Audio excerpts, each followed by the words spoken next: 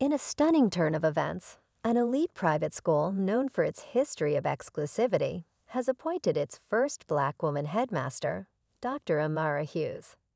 Celebrated for her exceptional leadership and commitment to education, Dr. Hughes' appointment was expected to mark a progressive step forward for the institution. But beneath the surface, whispers of dissent began to ripple through the school's community. A group of wealthy parents, long accustomed to having their voices shape the school's direction, expressed unease about the decision. Some questioned whether tradition was being sidelined, while others made more veiled comments about her qualifications. Dr. Hughes, poised and steadfast, faced the mounting tensions head-on, knowing this role was bigger than her. It was about change. As the school year approached, the question lingered. Could Dr. Hughes win over her skeptics, or would the backlash overshadow her groundbreaking achievement?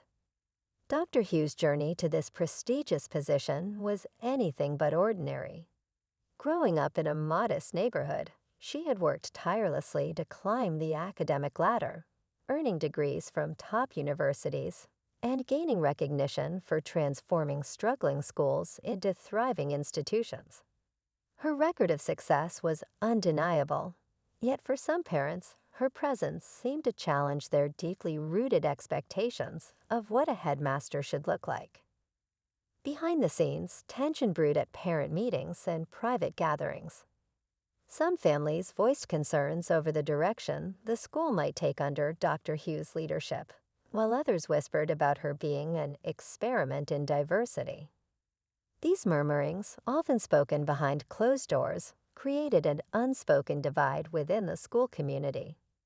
Meanwhile, Dr. Hughes focused on her vision, an inclusive, forward-thinking environment where every student could excel. But the unease grew louder, and it became clear her challenges were far from over. As Dr. Hughes settled into her role, her initiatives began to take shape.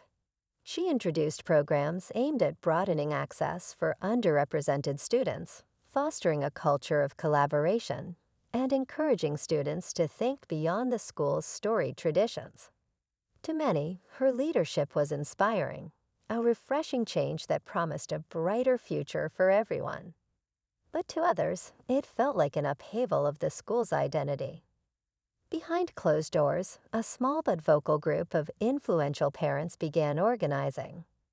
They argued that Dr. Hughes' changes threatened the exclusivity they believed set the school apart. At social gatherings and in private messages, their frustrations simmered into a quiet campaign against her. Some teachers, caught in the middle, were torn between supporting their new leader and avoiding the ire of powerful families. Meanwhile, students whispered about the tension they could sense, but didn't fully understand. The school hallways, once filled with a sense of tradition and pride, now felt like a battleground for change. As the school year progressed, the divide within the community became impossible to ignore. Parents began voicing their dissatisfaction more openly, with some calling for meetings to challenge Dr. Hughes' decisions. They argued that her vision was too ambitious, too disruptive, too different from what they believed the school stood for. Dr. Hughes, aware of the growing resistance, remained composed but knew the stakes were high.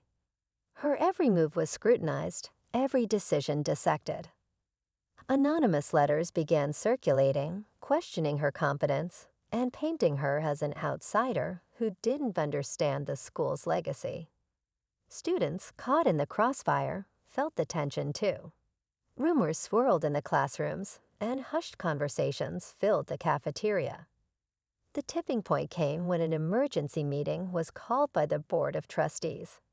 Dr. Hughes entered the room to find it packed with parents, teachers, and staff. The air was thick with anticipation as everyone waited to see how the confrontation would unfold. As the meeting began, voices quickly rose in heated debate. Some parents demanded answers, accusing Dr. Hughes of prioritizing modern trends over tradition. Others passionately defended her, praising the positive changes they'd already seen. Dr. Hughes listened intently, her calm demeanor masking the storm of emotions within. She had prepared for resistance, but the intensity of the backlash was sharper than she'd anticipated. Just as the tension seemed to reach its peak, a new revelation stunned the room. A teacher who had worked at the school for over a decade stood up and revealed that some parents had been secretly lobbying board members to remove Dr. Hughes. They had allegedly even threatened to pull their substantial donations if their demands weren't met. Gasps filled the room, and the atmosphere turned icy. Dr. Hughes, though taken aback, met the teacher's gaze with quiet resolve. Now it wasn't just about her leadership. It was about exposing the deeper divisions within the school and fighting against forces determined to maintain the status quo. The room fell silent as the accusations hung in the air. All eyes turned to the board members, their discomfort evident.